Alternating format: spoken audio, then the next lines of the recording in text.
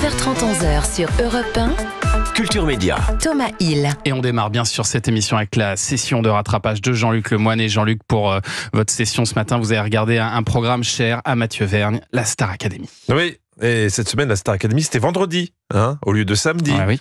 Je vous cache pas que ce changement de jour, ça a perturbé tout le monde, même Nikos.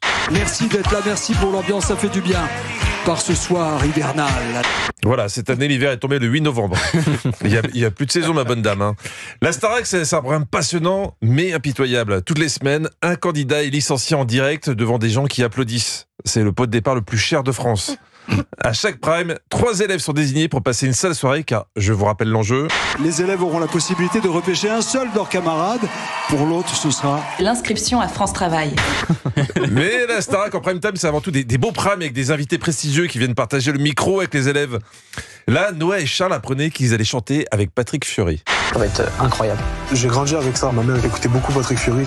Sache-le, ta mère écoute Patrick Fiori, tu finis à la Starac. Ta mère écoute Licence 4, tu finis dans l'équipe de Culture Média.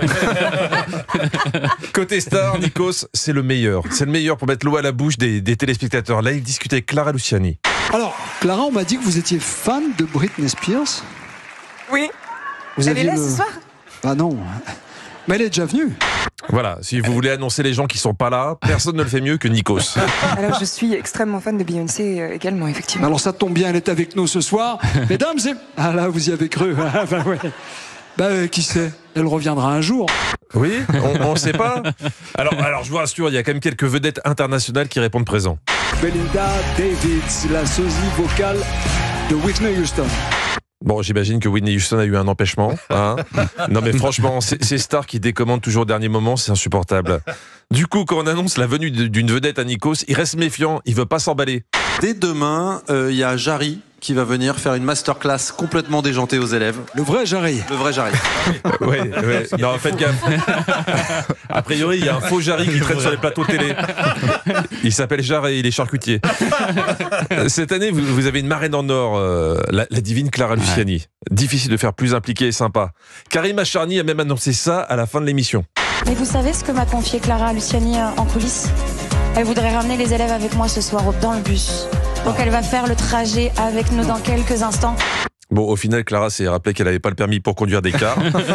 Donc elle est restée sur le plateau, mais l'intention était là. Moi, j'aime les primes de la Starac, car ils sont enregistrés dans les conditions du direct. Donc il peut tout se passer. Cette semaine, Mathieu, vous aviez fait venir Christophe, le papa de Maya, sur le plateau. Il est arrivé, tout hésitant, tout timide, et puis après, comment dire, il a commencé à parler. Je dis pas que c'était long. Je dis juste qu'à la fin de son discours, ils ont été obligés de lancer directement le journal de 13h. Je le trouve éclatante, épatante, éblouissante, resplendissante, magnifique, sublime. Maya pleure. Maya pleure beaucoup. Maya pleure souvent. Alors, naturellement. Alors, ma fille chérie. Merci Christophe. Oui, merci Christophe. Grâce à vous, on ne fera plus jamais venir un parent d'élève. Alors, il faut savoir que la sécurité est obligée de le taser pour le faire quitter le plateau. Gérer un prime comme ça, avec tous ces élèves, c'est pas donné à tout le monde. Et pour moi, dans l'exercice, il n'y a pas meilleur que Nikos, qui réussit toujours à retomber sur ses pattes. Là, il était avec Pascal Obispo. Et puis c'est toujours du sur-mesure avec Pascal de France. Pascal, oui, je suis Pascal de Je France. voulais dire que tu étais sur les routes de France. Oui. Il est passé à 2 doigts de l'appeler Pascal de route. Oui, Nikos, il appelle les gens par leur trajet, n'est-ce pas, Anissa RER? Nikos qui donne de sa personne. Pour le Prime Disco, il avait performé en bonnet M. En bonnet M asthmatique, mais en bonnet M. Le tout avec le soutien indéfectible de Michael Goldman. Alors, me concernant, monsieur le directeur, certes, le ridicule ne tue pas. Ce qui compte, c'est d'essayer et de se surpasser et de se marrer. Disons que le ridicule ne tue pas, sauf parfois. Elle est belle la solidarité. Moi, je suis team Nikos à 2000%. C'est pour ça, Mathieu, soyez gentil. Ça fait des années qu'il vous le demande. Changez le nom de cette séquence, le Starac Mix. Voici le Starac... J'arrive jamais à le dire. Le Starac Mix Academy. Le verdict, c'est dans quelques instants, mais auparavant, c'est le Starac Mix. Ah, je me suis planté.